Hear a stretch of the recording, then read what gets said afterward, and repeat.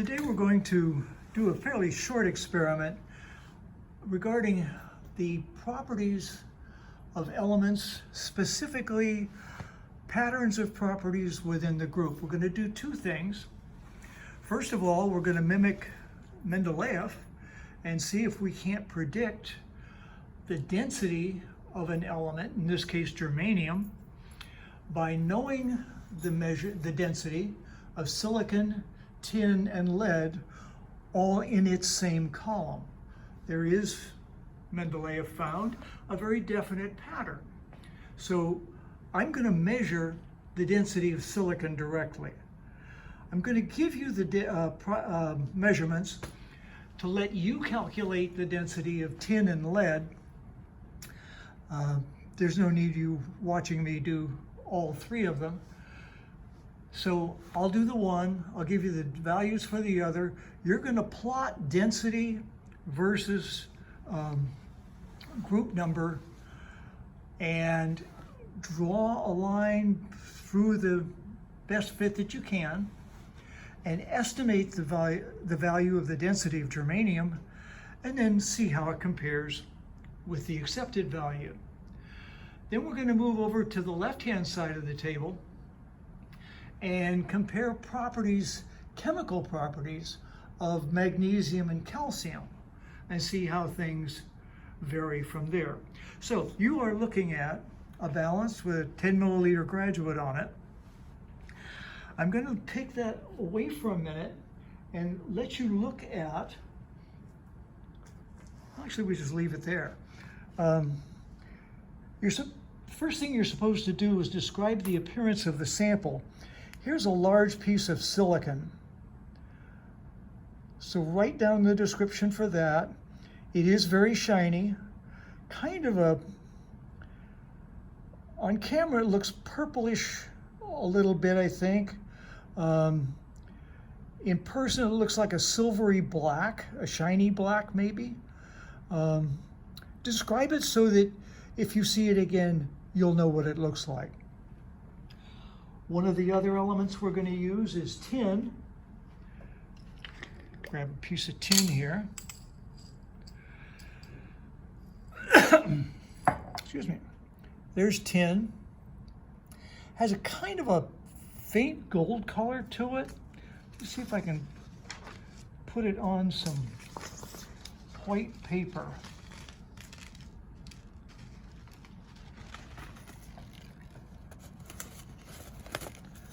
This is actually called gray tin.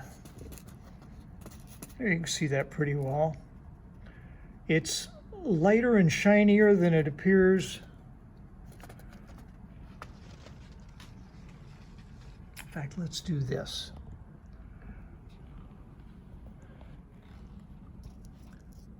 There's a good look at tin. So you get that description. The lead is pretty uninteresting. Lead oxidizes pretty easily. So those little gray balls, that's what lead looks like. It's pretty soft. It feels very heavy because it is a highly dense metal, but that'll let you get the appearance. Then I'm going to do, as I said, all the rest of the measurements for silicon. The graduate is on the balance. We don't really care. We don't need the information for what the graduate weighs alone. But let me bring it over here. I'll put my hand behind it. You can see that the smallest division is 1/10 of a milliliter, 5 milliliters, 6 milliliters, 7, you see there. I'm going to put some water in there, then I'll do the actual volume reading for you because it's pretty tough to do on the camera. So I'll put some water in.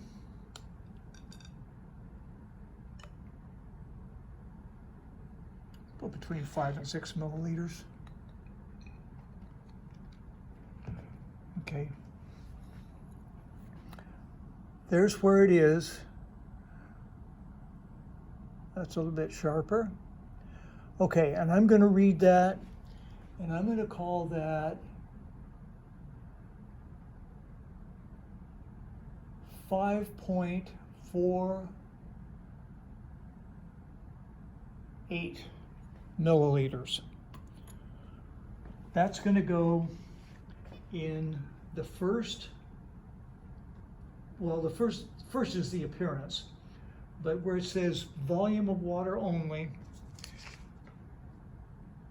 5.48 milliliters. Mass of graduate and water alone. Well, you can see that 43.43 grams. I'm writing these down, and I'll show you what I get when I'm done. Now what I'm going to do is take some pieces of silicon and drop them into the water.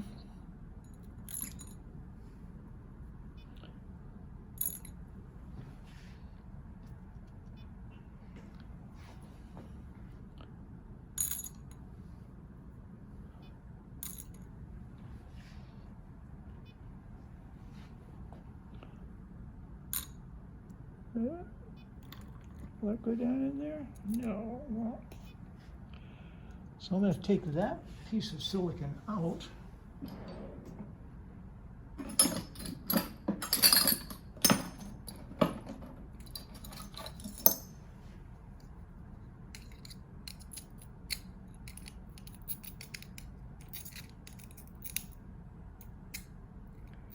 And I'm going to stop the camera while I fish that out. Okay, I got the piece of silicon that was stuck out of there. I'll put a couple more little ones in. Make sure I pick ones that will fit. There.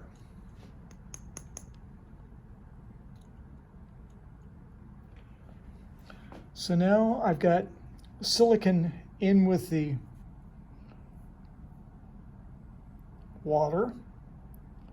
You can see the water level's gone up. Volume of water plus silicon, I'm going to call that 6.85.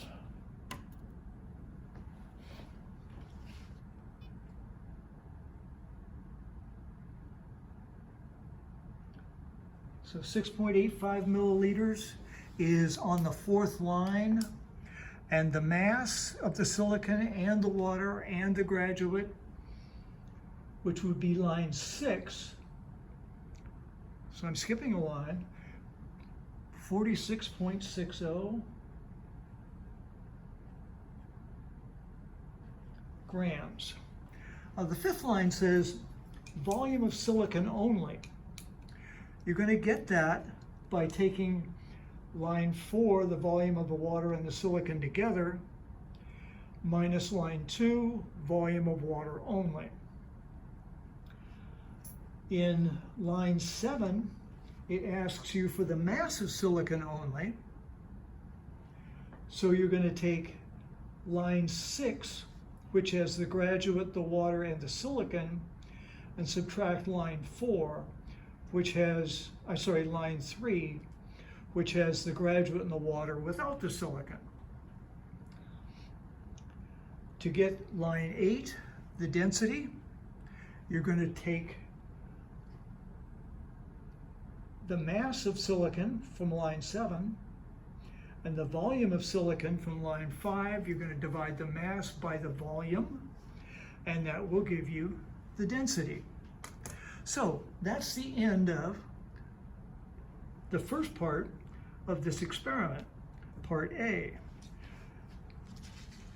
Remember, I'm going to be giving you a value for the all those same values for tin and for lead, but when I put this experiment online, those values will all be filled in as will the ones that I've written down so far. I'm going to get some calcium and some magnesium now, and we're going to see how each reacts with water and how temperature affects that reaction. Here's a piece of magnesium.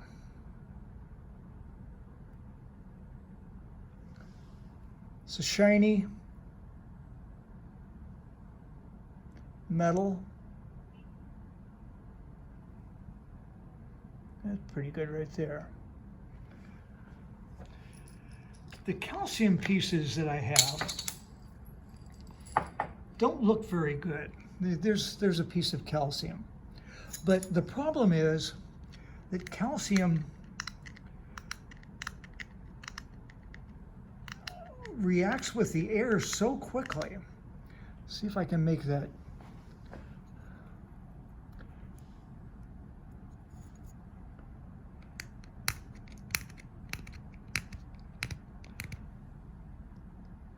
You see how it's a little bit silvery right here? That's where I just scraped some of the oxidation off. So here's the plan.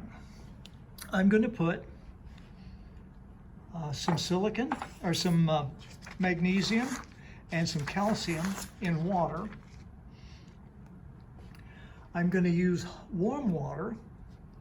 So I'm going to go over and get a beaker of hot water that I have and bring it back here. Actually, better yet,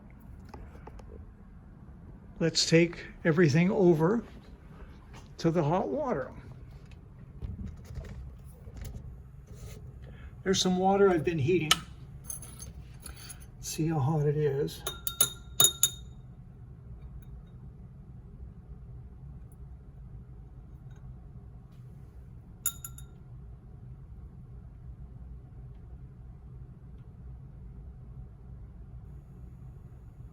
Just about 60 degrees. So,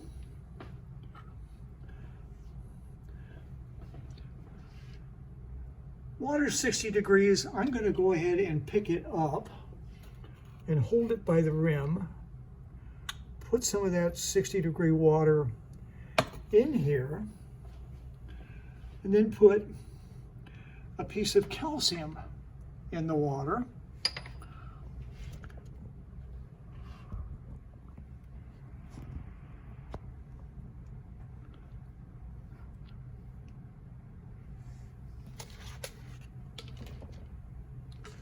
And I'm going to bring this over this way so the camera can focus on it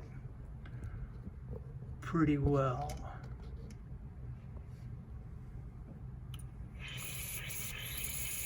There's calcium reacting with 60-degree water. Kind of fun, isn't it? Let me put an indicator called phenolphthalein in with it. Phenolphthalein will turn pink if there's hydroxide ion present. And it's turning pink. So what's happened here is the calcium has reacted with the hot water. It's become calcium hydroxide. The gas you see bubbling off is hydrogen. Okay, now I'm going to do the same experiment again, but this time I'm going to replace calcium,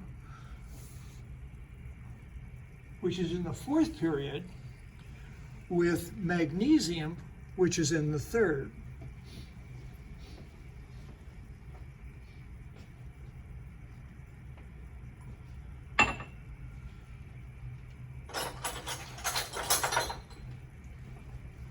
Okay, I've gotten another 50 milliliter beaker.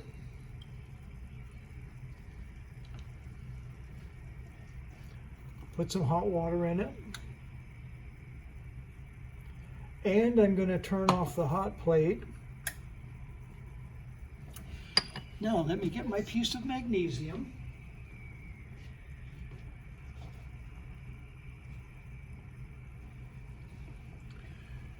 And as I did with the calcium, when I scrape the magnesium, it reacts even more quickly with air. So it has even more of a, I guess you call it a rust problem than magnesium or than calcium does. So let me get it scraped pretty clean. Put it in the hot water. And see, it doesn't look like it's doing very much, does it? I'm going to put that down on the table. And I'm going to put the phenolphthalein in with it.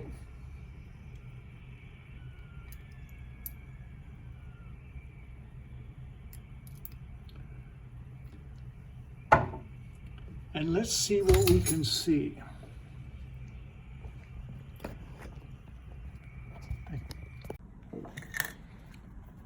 Okay, we're back.